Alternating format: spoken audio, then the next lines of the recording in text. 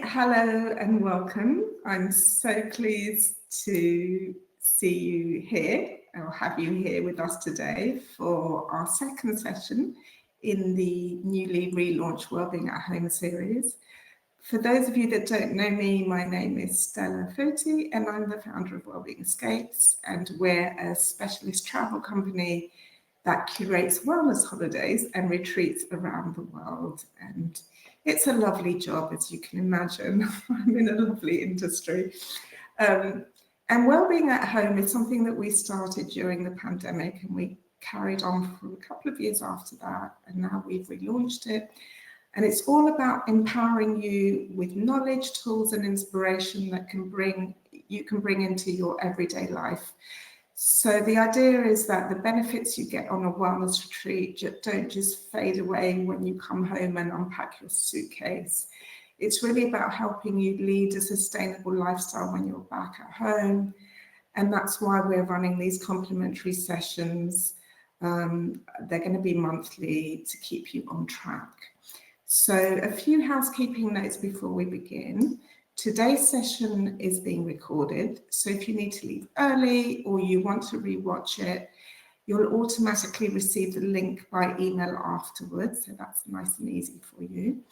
And then, yes, please feel free to say hello in the chat, let us know where you're from, and you can also put your questions throughout using the Q&A box. I will, or in chat, you can put your questions, I should say. I will keep my eye on those. We'll try and take some maybe as we go along, or we'll take some at the end if we have time to, but we'll try and address them as we go along too. So today we're talking about journaling. And before I introduce Claudia and we get going, I want to run a little poll with all of you just to get an understanding about whether you are actually journaling right now. And also I want to try this new snazzy software. So let me share this and we can view the answers as they come in. And I'll keep going. Here we can see how much everybody has done or not. I'm in number 3. I have dabbled a little bit in the past. Claudia is definitely number 1. We'll talk about that soon. But it's a good mix of all of you, so that's nice to see that. Keep them coming in, and then we can get a good feeling of that. So Claudia, some of you may know from previous sessions that we did, if you have joined us in the past, is an expert in so many different things, really. She is the author of the Self-Love Journal, and so she's very experienced in the whole world of journaling, but she's also a transformational coach. I would call her an all-round well-being expert. We always find it difficult to label Claudia. Claudia doesn't like labels, she tells me, because she does so many different things, but what she does it with real authenticity, and she does it from the heart. So I'm very excited to have her with us today. Claudia is also my co-facilitator at our self-care weekend retreats. So we've been running these retreats. We did 2 of them last year, and we've got another one coming up in October. And we have journaling as part of the whole self-care experience. And if you wouldn't mind indulging me, before we start, I do want to share with you a little video about our self-care retreat. It's only 1 minute, so I'm just going to share that now.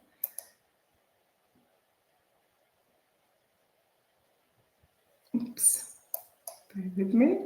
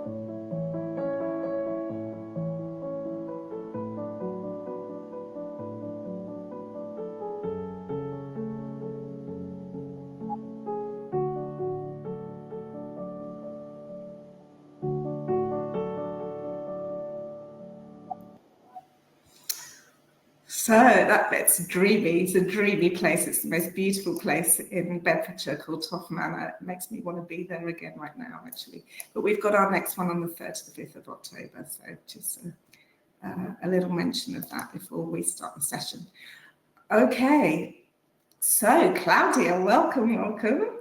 So nice to have you with us. I'm going to jump straight in and ask you, please, can you tell us how journaling first came into your life? Thank you for the invitation, Stella, and a warm welcome to those of you who I know who are on the call here and the session here, and those I don't know. Thank you for making journaling your priority for this hour. It's very, very powerful experience, as some of you who already have a regular journal practice may have experienced. And those who haven't, sit back and just be curious how journaling wants to meet you. Yes, Stella, how did I get into journaling? That's a very interesting little story. I never saw myself as a writer or anything like that. So journaling, for that reason, was never on my horizon. But one day I went to visit a dear friend of mine, and it was just a couple of weeks after my birthday. And this wonderful and special friend gave me a journal, and I took it out. It's now my 9th journal. This is my first one. And I loved the design, the heart, and I loved the color. So it was next to me, and I thought, it's too nice to start. But then I thought, well, it's actually something I should maybe try. So I got myself a beautiful pen, and I started to make it personal to me, put my name into it. And I took it with me whenever I attended a session. And that was during COVID, so quite some time ago. And since then, I never look back. As I said, I have many journals, and it is for me, it's one of my daily experiences. But now I let you into a secret. This very special woman, that very special friend, was actually Stella. Stella intuitively must have sensed something, and has opened me to that gift, which I call journaling. So thank you. Thank you. It was actually an intuition, because I sensed that you wanted to write a lot, and I just saw that beautiful journal and thought, I have to share that with you. And I'm so pleased I got you on your journey, and you actually published a whole book after that around it. So I will take credit for my intuition, but I'm so delighted for you as well. So yeah, that's lovely. So how do you use it as part of your own kind of self-care routine? So for me, journaling started, I call it softly. It called me softly. As I said, it was during COVID, and I attended many different self-development sessions. So when I look back into my journal, the first one, I used it to just write, reflect on what I've been learning. But very quickly, I noticed how it shifted into actually helping me to just write whatever was on my mind. And there was a lot going on. I went through a challenging phase, and the whole COVID stuff and the whole everything was changing.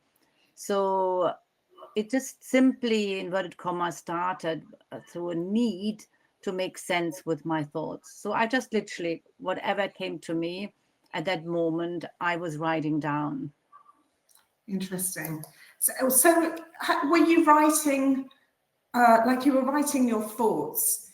But I guess what I want to say is, when people have thoughts, a lot of the time they come into their heads, they think about them, and then they move on from that thought. But you were taking that thought and putting it on paper. How do you think that helped you feel better, or did it make you feel better? This is very interesting. In the beginning, it was just literally a brain dump. Everything what was in my mind, because it was a very complex time. I remember that I was sitting in lockdown here.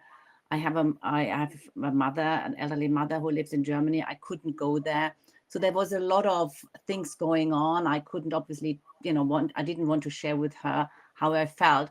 So that journaling helped me just to release thoughts which were occupying myself. What I didn't realize, and here that's when it shifted into the profoundness, was that writing, that journaling actually cleared emotions of anxiety, fear, different emotions which I actually was dealing with at the time. So after my morning writing, journaling, I started to sense a feeling of feeling good, because I didn't have to carry everything what was in my mind, or even as an expression of my body. I could literally leave it on that page. Mm-hmm. It's interesting. I mentioned at the beginning that I've dabbled in this a little bit in the past. And I remember one time I was going through a very challenging time in my life. And I would go to bed at night and I would have these thoughts in my head and they would go over and over and I wouldn't be able to sleep and I'd be anxious or annoyed, whatever it was, whatever emotion was coming up in me. And it would impact my sleep, and I would wake up the next day not feeling very good, and the whole cycle would continue. And one day, I don't know, I must have read it somewhere. This was going back many years. I thought, I'm not going to go to bed with these thoughts. I'm going to write them down and release them, before I actually get into bed. So I did it at night rather than in the morning. I only used it for a little bit of time. And it had such an immediate impact on my sleep and how I was like processing those thoughts. Because you're right, you write it down, you put it there, and it's like you leave it and then you continue. And I was actually very amazed by how such a simple process could clear my thoughts and allow me to have a restful night.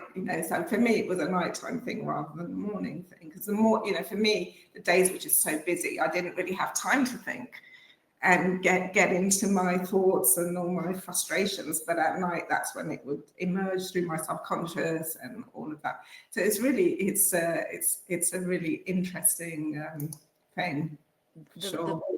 The moment we allow ourselves to articulate how we feel, what's happening, what we think, how we feel, the moment we can articulate that, we give space in our consciousness.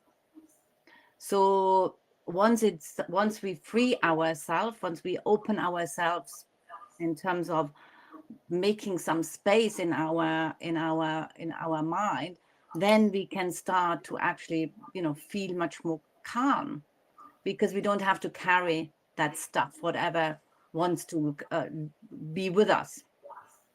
Yeah, for sure. And I think a lot of, well, I don't know, actually maybe other people on the session can let us know in chat. I think just from my own personal experience, a lot of the emotions are not processed throughout the day, or are not because we're too busy or we don't want to deal with them, but they're still there in our body. They're still within us, those thoughts and emotions are still there, but we push through them. It depends on your personality, of course. Some people are racked with anxiety. Other people, like in my particular case, I would push through it and put it to the back of my mind, like, oh, I'm going to think about that now, I'm too busy, but it doesn't go away. It's just like, exactly. It's there within you. And so it just then kind of comes out when you don't want to hear that. There is a question here. I'm going to take these questions as we go along, so we don't have too much at the end. From Sue, for you, Claudia. So, do you have an average time do you set a time for your journaling every day, or do you just write as long as you want to write for? Hello, Sue. What I don't set a time, but what I noticed, it tends to be for me anything between 10 minutes and 20 minutes. It depends. Okay. It just so happens, and I don't start with a time. I let the stream of consciousness dictate when it's finished, and there is a moment when the pen, for me at least, doesn't want to continue. And that's when I know it's done. The session is closed. Yeah, okay. When there's nothing more coming, more coming, and okay, you're not sitting there saying, oh, I've allocated 20 minutes, now I've got another 5 minutes and I need to write, because it's just when the thoughts stop coming through the pen, that's when it finishes. Yeah. Then I know I cleansed. And the reason why I personally do it in the morning, and that is, as you say, Stella, that one needs to find out what works better.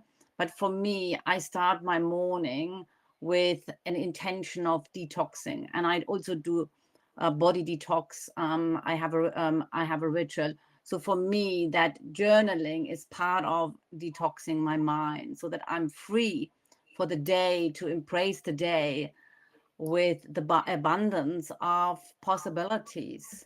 That's how I approach the journaling. So I do it in the morning, but it doesn't matter when. Even if you have a couple of minutes at your lunchtime, that's a powerful time as well. You will know when you are drawn to. However, there is one idea which says it is best to do it at the same time. Why? Because that's when we can tune in best to what's happening. So some of us, it may be early morning, some of us, it may be in the evening, but in the beginning, we need a routine, because otherwise we actually will be distracted, because then the mind has got a reason to say, I'm too busy, I'm too busy, I'm too busy. But if we have a routine, the body has got a routine, it will be easier to actually do it. And I would love to ask those who responded in the poll, if that's okay, Stella. Oh. You said, I've dabbled a little in the past.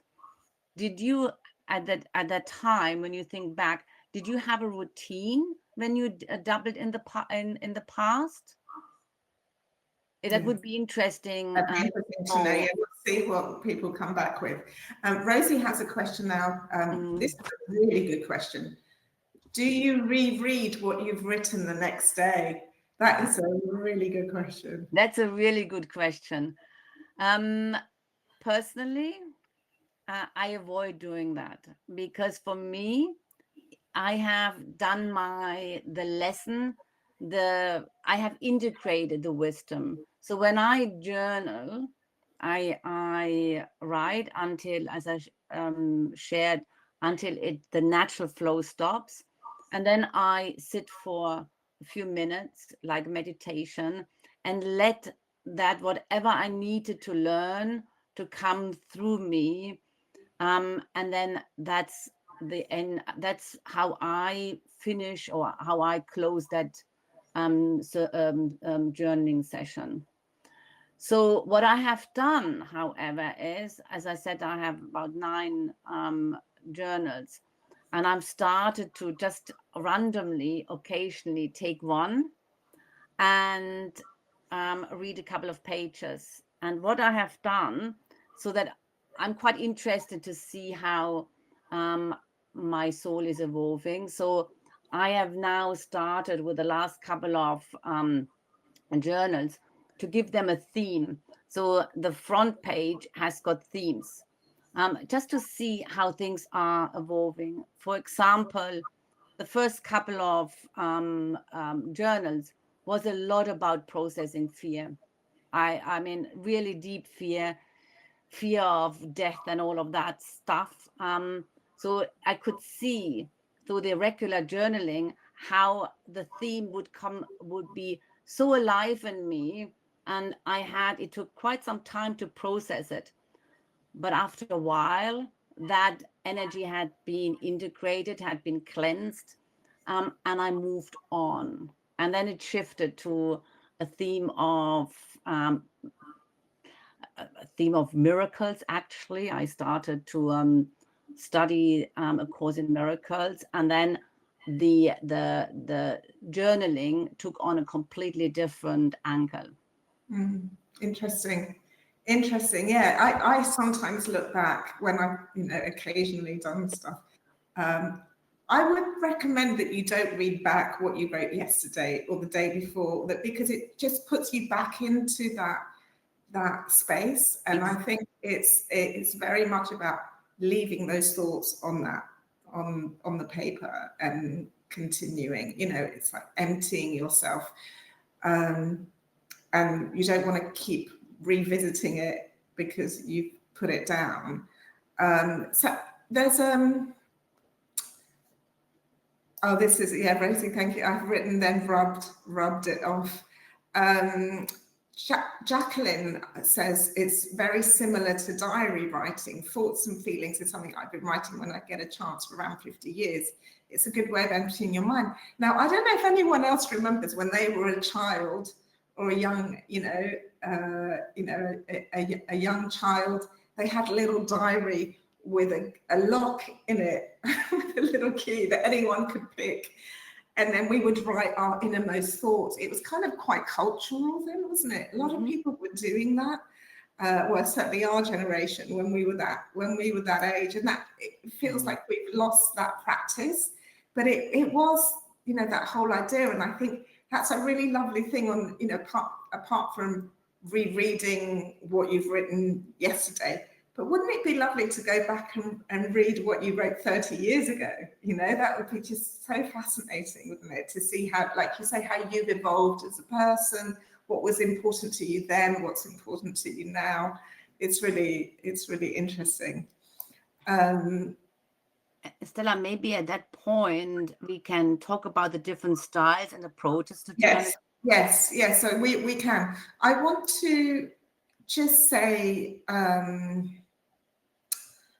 that there is scientific evidence and research around journaling. So it isn't just some like weird woo-woo practice, right? So there is a lot of research around it, isn't there, about how it helps us? Absolute. I mean, the science around journaling all point through to stress reduction. And we know that I always compare, like you said, when even though we may not want to address the emotion and we put in the back of our mind and keep on running, imagine that emotion being like an app on your phone. If you don't close the app, it always stays open and it drains your battery. And that's exactly the same with emotions. What we don't integrate, it stays alive in our subconscious. And this is there is a very powerful question from Laura. How do you deal with uncomfortable emotions that may come up? That's what stops me from journaling. Very powerful. Thank you, Laura, for raising it. And this comes back to my experience. I had a very uncomfortable emotion to sit with, as I said. And why journaling is so powerful is if you can open yourself to a little bit of trust in yourself. Journaling will always reflect the truth, the knowing or the information, what you are ready to process at that moment in time. So journaling will never go deeper than what you are able to hold for yourself. And that's actually the crux and the power of journaling. It takes you, the pen and the paper, takes you on the journey as deep, as rich, as profound as you can hold it. So to answer your question, Laura, when difficult emotion come up, allow yourself to write, and trust that whatever you write is what you can handle. Interesting. Interesting.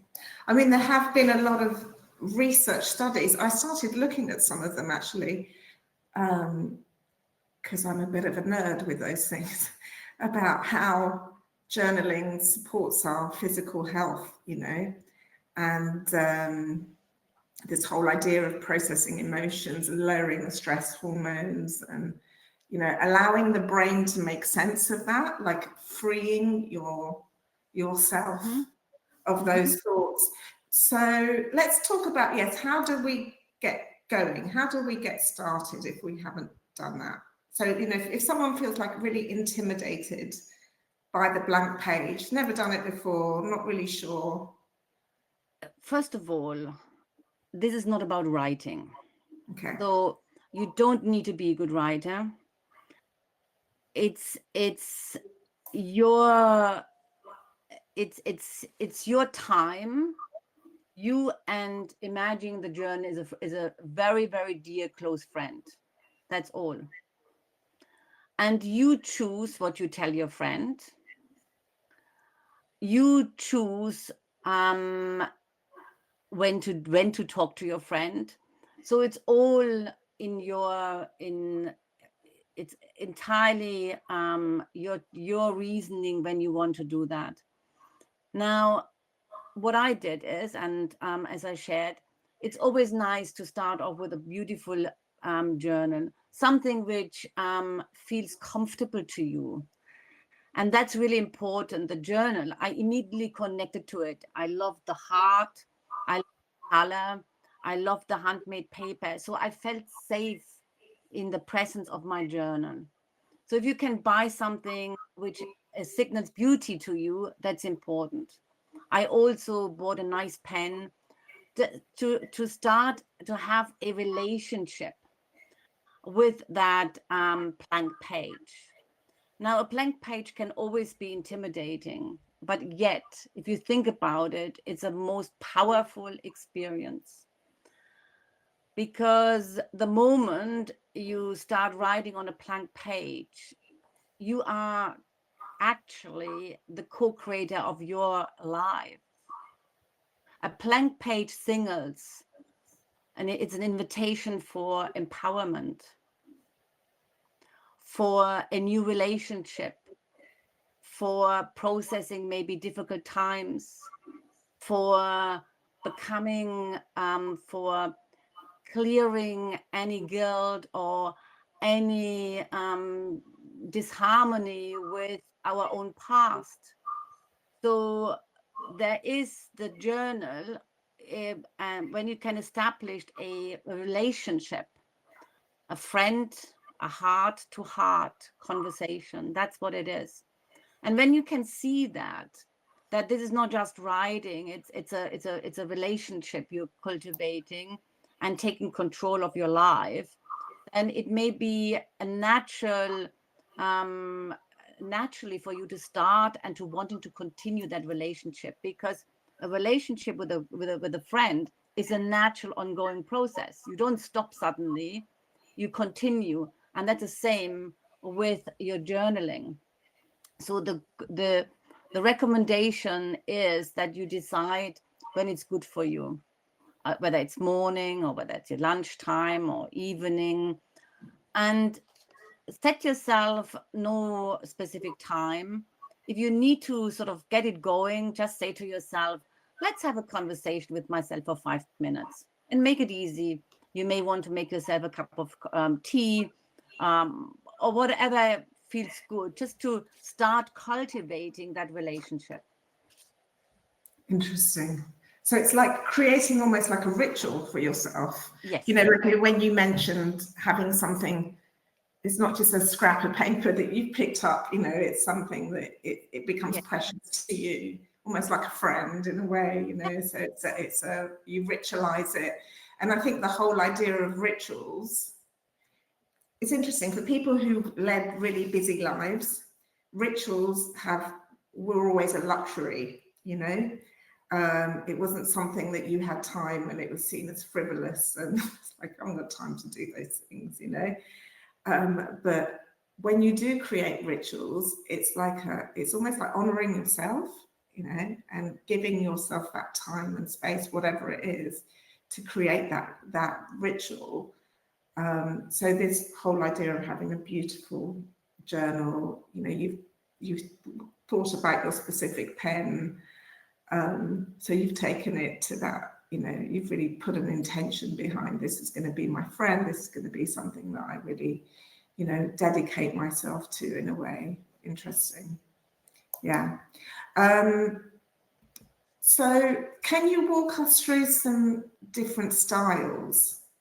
Like, you know, the different types of journaling. So someone left a note, a comment about gratitude journaling, for example. So that's one style. There's lots of different styles, isn't there? Like, or prompts, or is it free flow? Is it prompts? Is it free flow writing, for example? Yeah. So gratitude journaling, we know, and that's a very powerful place to start, to recognize what I'm grateful for.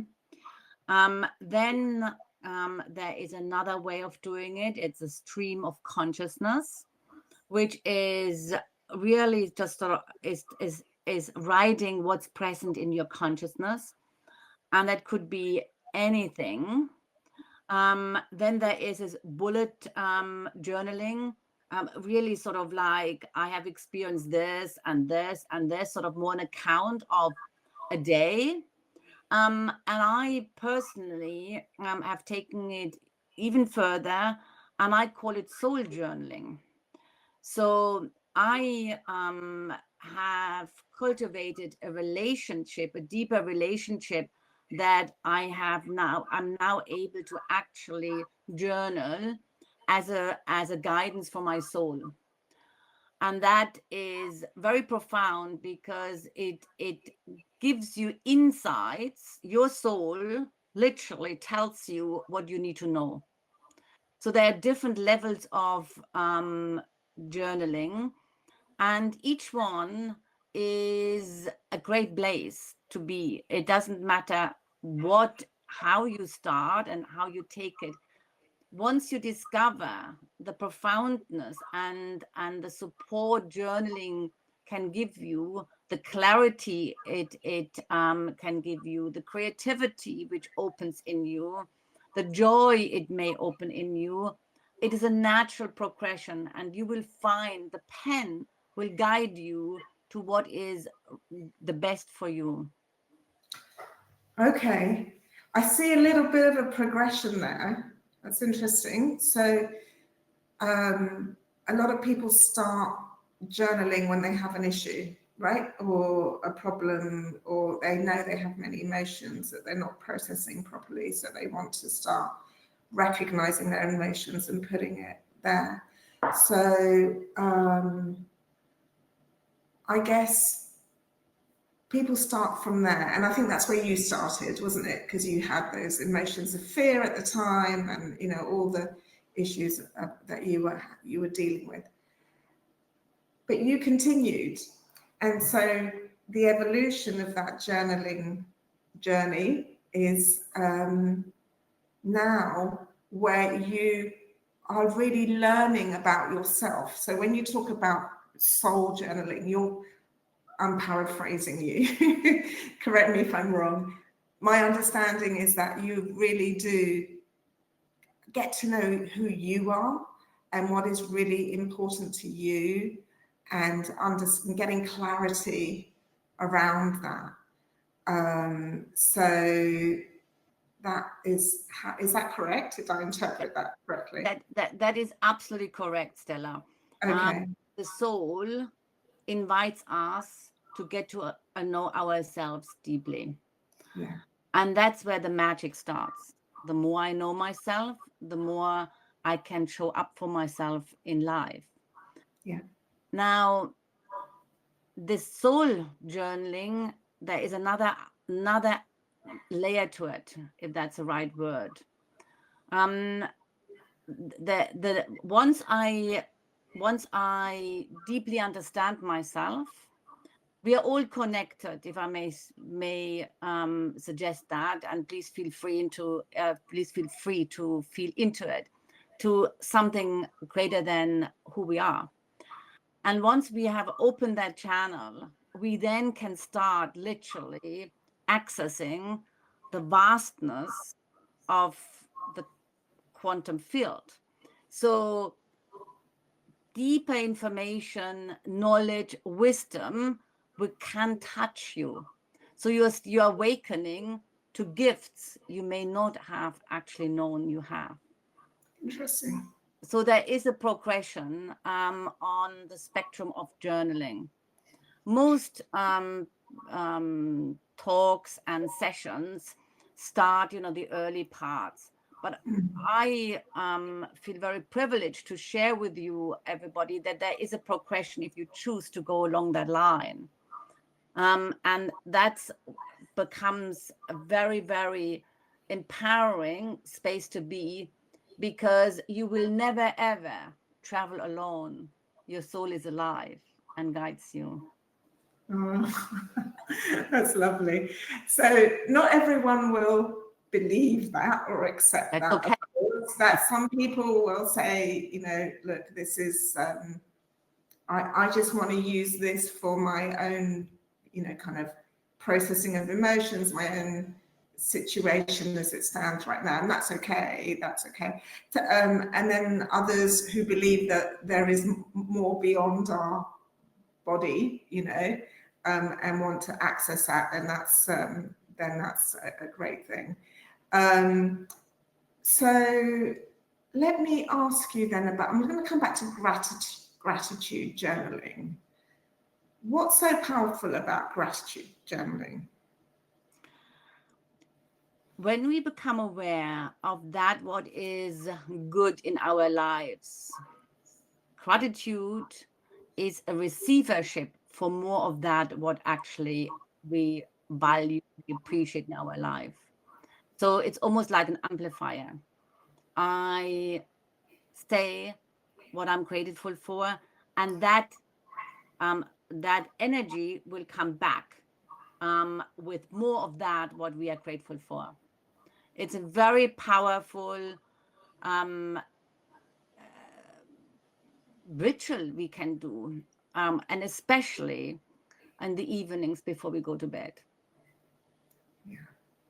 Yeah, I agree. It takes not 1 minute. Before I go into bed, I take 1 minute or so, and I'm lit, and I'm becoming, and I'm saying I'm grateful for whatever the day has brought to me.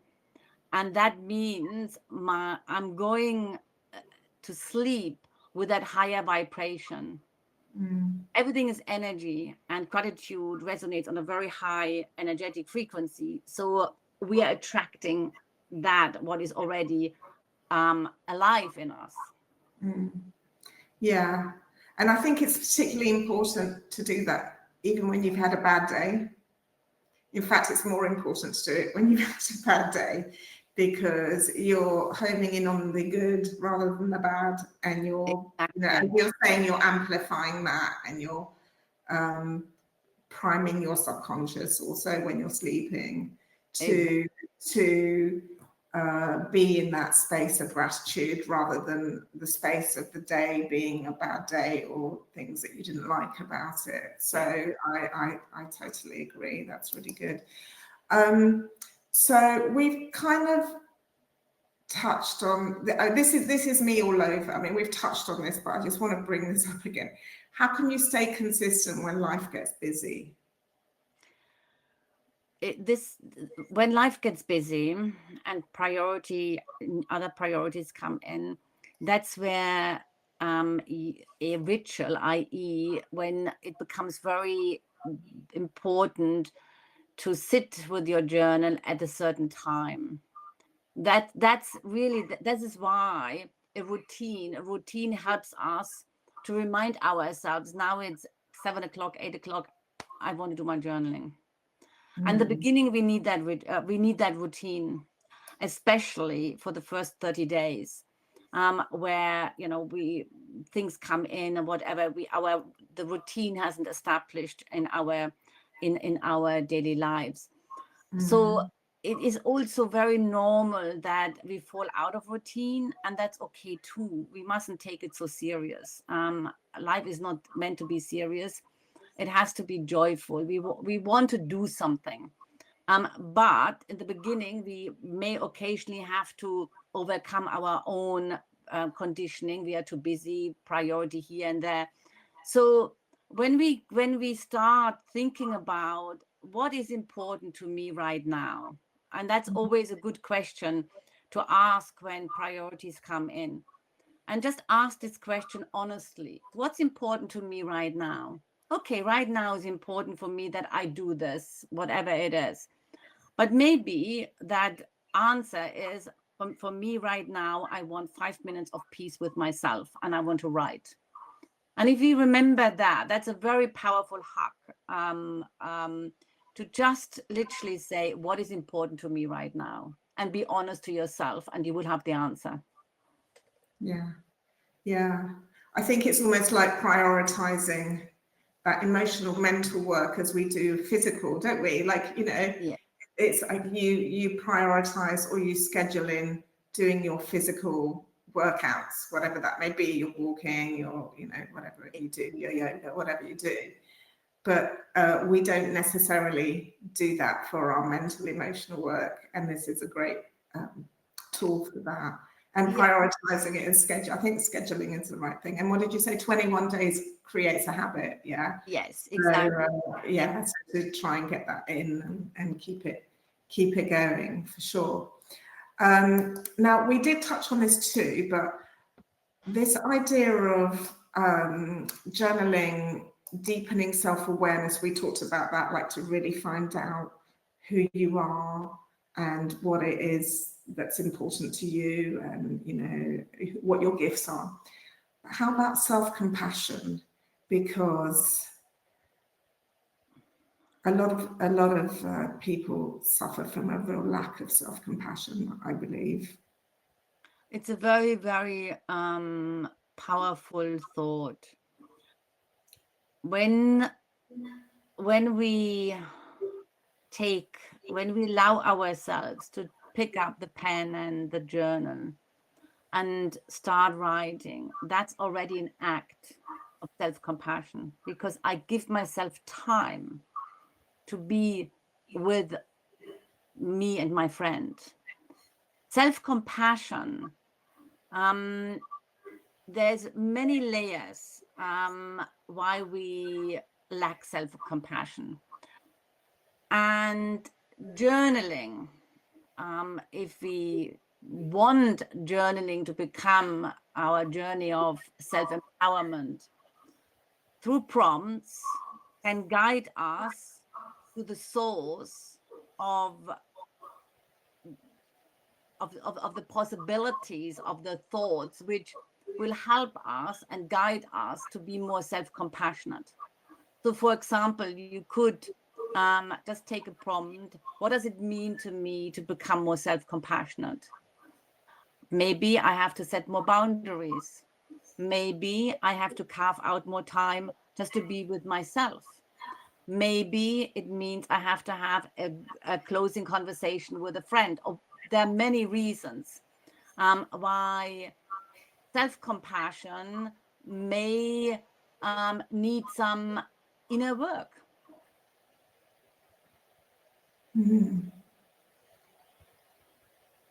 Often it's self-worth. I'm not worthy of my own compassion.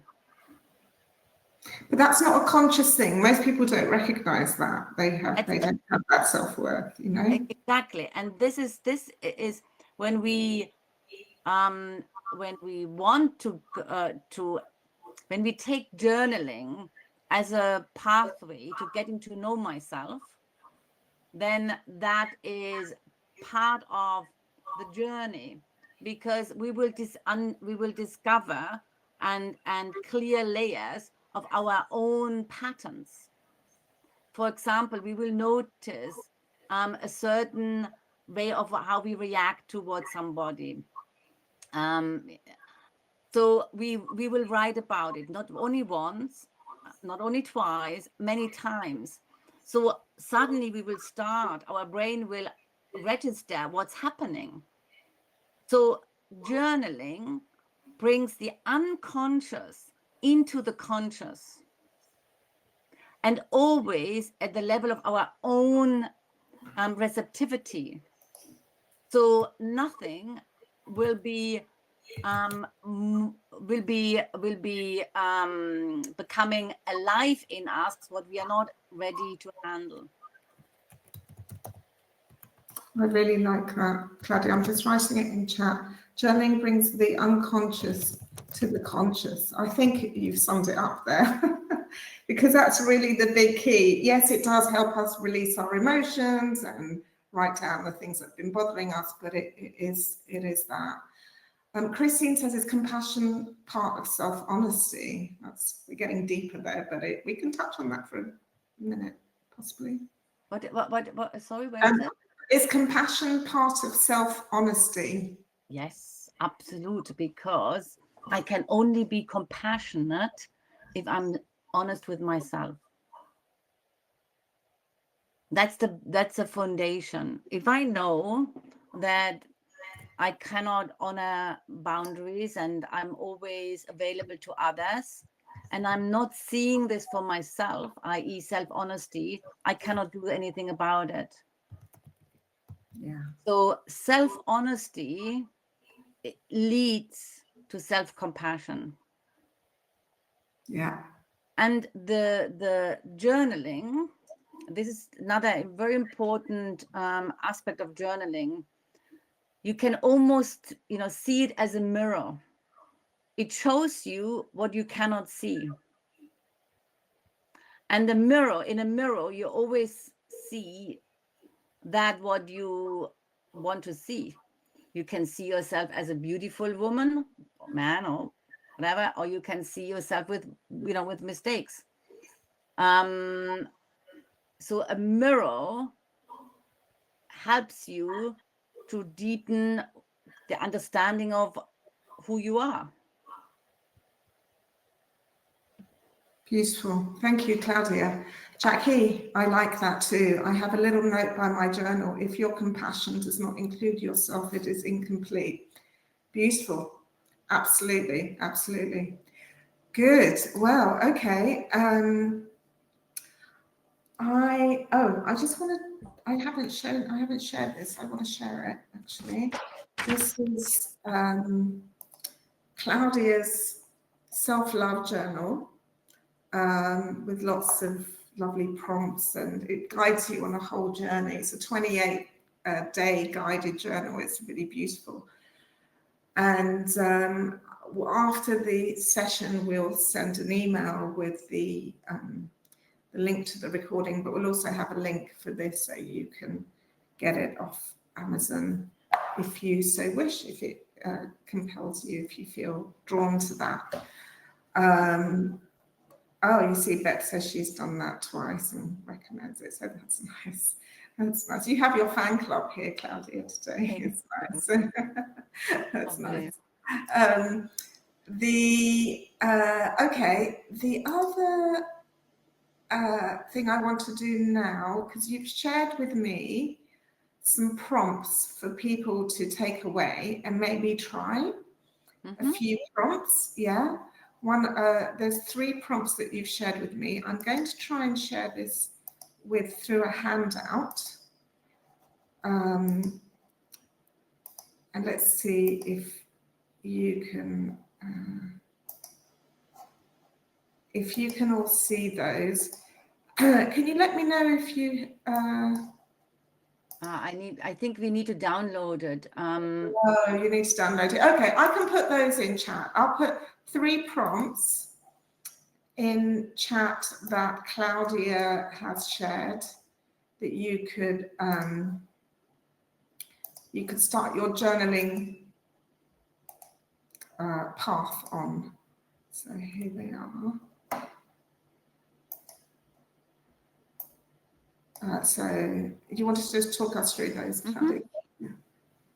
So sometimes it's easier to start as a journaling journey through prompts. And that's why the self-love journal has come about, because sometimes in the beginning we do like the mind needs some structure and guidance. So if you would like to take something away from our session today, here are 3 questions which address different aspects of journaling.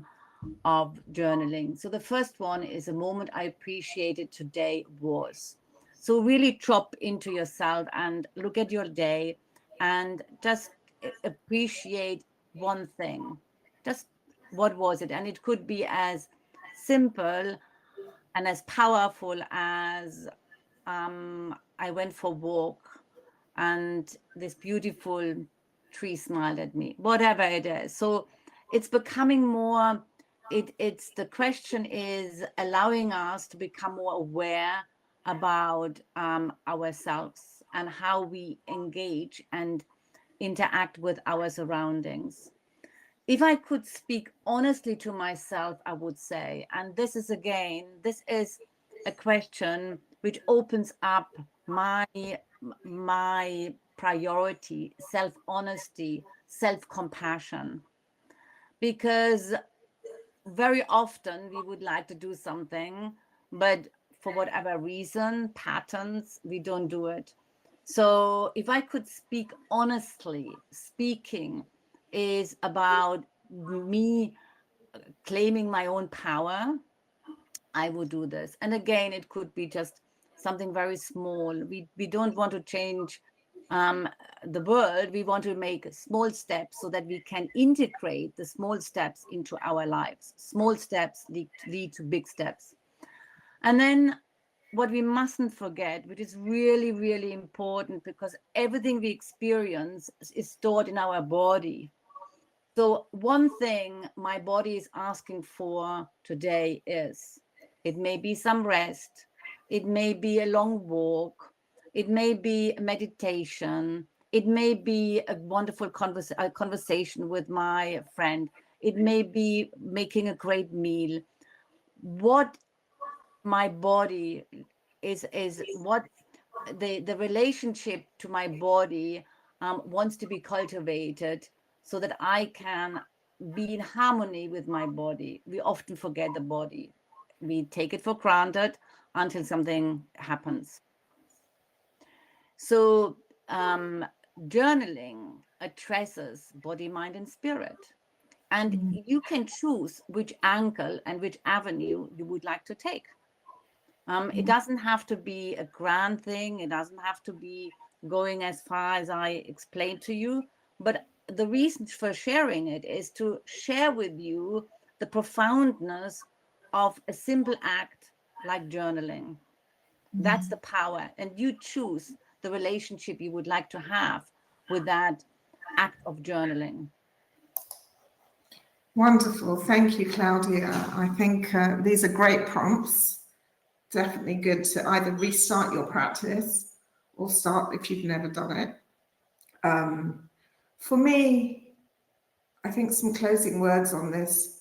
Journaling allows a softness into our being. You know, I think in our society, we've been conditioned so much to fight through, push through, be strong, be a fighter. You always hear those words, you know. They're quite masculine kind of elements to life, let's say, masculine traits.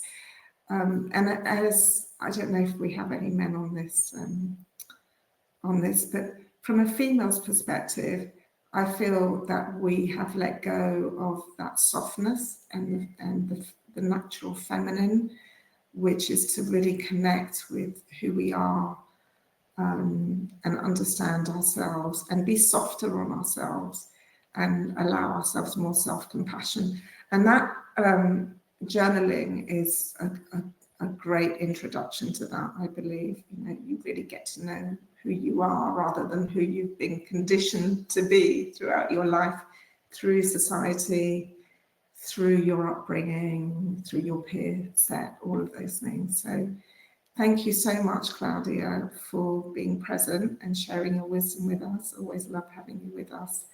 And if anyone feels called to come and join us on our retreat on the 3rd to the 5th of October, send an email over to Wellbeing Escapes, info@wellbeingescapes.com. And we'd love to have you. It's a very special atmosphere. It's a really beautiful place to be. And Claudia and I will really look after you. So it's a beautiful weekend that we spend together. Thank you all for being with us and spending your Saturday morning with us. And for those of you who aren't present, who haven't watched it yet, but who will watch it later, I hope you enjoyed the conversation.